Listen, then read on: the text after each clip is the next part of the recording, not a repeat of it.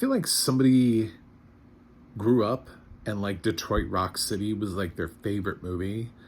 And then they became a filmmaker and they were like, oh, you know what this generation is missing? A Detroit Rock City for their generation. So they made Metal Lords. Hi, I'm Mac from Movieguy.com, and this is going to be a review of, Metal Lords. It's a new film that just dropped on Netflix, and we're, of course, because I'm a blind film critic, we're going to have some talk about audio description.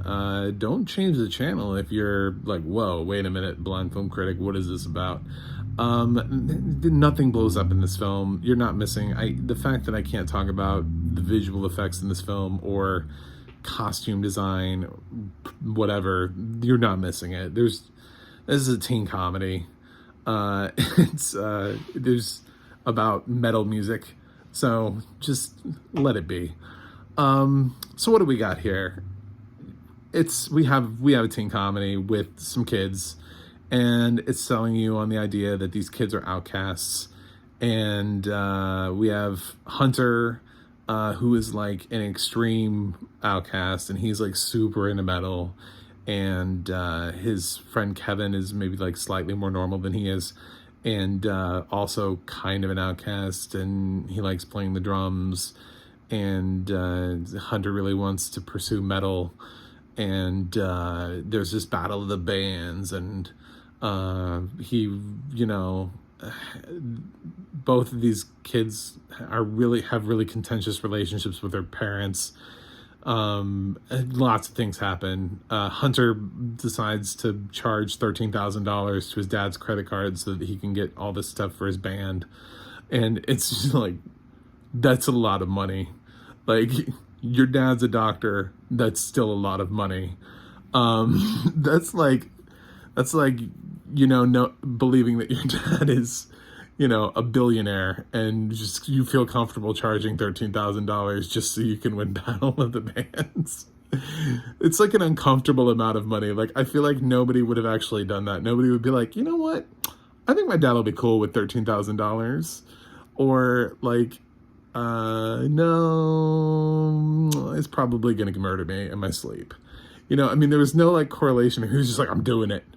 Like Battle of the Bands. Kevin mostly ends up really liking this cellist. There's a girl, and she ends up sort of kind of getting in their metal group, and she's kind of ends up becoming this love interest for Kevin, and drives a wedge, because that's how it is with these movies with friends, and they have to drift apart so they can drift back together. It's one of those films, even though this is all about metal. I've heard people talk about, I do not know the metal scene, but I've heard from people who have seen this already, who do know the metal scene, that they thought it was really weird that the film was mentioning a whole bunch of metal acts from like back in the day, but nothing that's current.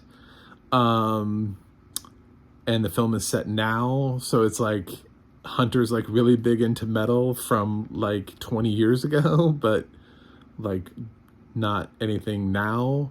So that was interesting to those people. I'm just anecdotally pointing that out as somebody who does not know metal. So if you're a metal fan, you're like, yeah, I don't know, that might be something that you notice. But the reason why the film doesn't work has largely to do with Hunter as a character being our protagonist. It's rare to see such a completely unlikable character in the lead role when we're supposed to like him, because we get sold this like outcast story and like how his life is so terrible, but at the same time, none of it really works. His relationship with his father just seems like a lot of childish temper tantrums, and his dad also just seems like it's all very over the top. It just doesn't really work. And the same thing to be said about, at school. it's not so much that he's an outcast because he just is. You know, he's not the quiet kid in the back of the classroom. He kind of works at being an outcast. You know, it's almost like he wants to be so that he can use that as his, you know, like reason to hate the world. It's a very weird choice. And then when we're supposed to root for him in the end, it's like, I don't care. You know, I actually kind of wanted the film to go a different way and have, instead of going the easy way and having, I guess this is a spoiler, and going the easy way and trying to bring these two back together, I actually would have loved to see them go head to head at Battle of the Bands. You know, I would love to see this friendship split up and them realize the important life lesson of, you know, you can be your own person, because Kevin starts to learn that lesson when he's sort of broken away from Hunter for a little while, about who he is, and then suddenly he gets sucked back in, and it was very weird. It was like they got there because the movie needed them to get there, but none of it was really earned. Yeah, metal's not my thing, but I can still follow like plot and story. And it seems like things just happen and we don't really care about them.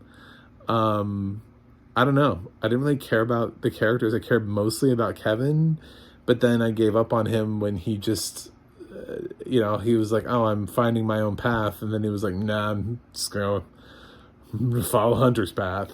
Hunter is my path. It's like, no, it's not. You be your own person, dude. You don't always have to, you know, I don't know. Anyway, I think you get what I'm saying.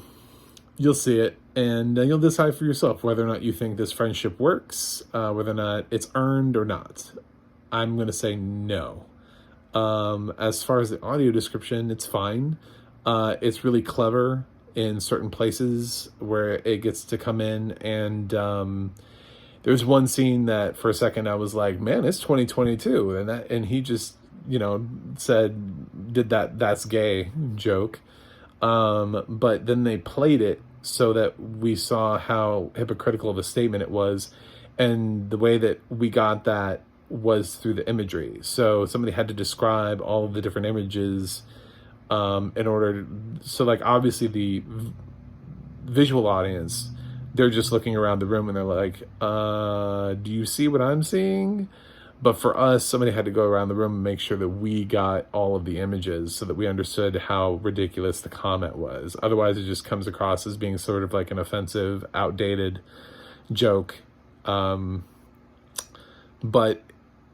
yeah, they did a good job with this audio description. Hunter's constantly dressing up in the weirdest outfits, and you always get a solid audio description of what it is that he's wearing.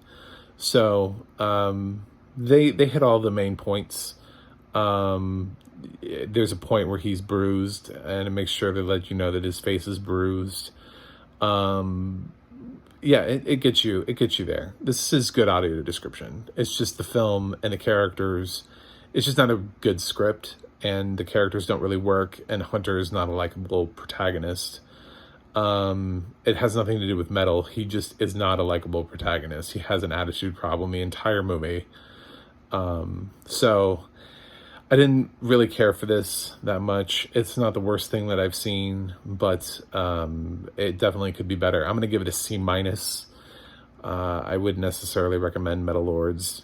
So, yeah. If you've seen it, let me know what you think in the comments. As always, you can like and subscribe. That would always be appreciated. You can visit MacTheMovieGuy.com for more from me. And visit Audio Description Project and find a movie to watch that may not be Metal Lords. Because, again, C- is not a great score. So, until next time, same bat channel.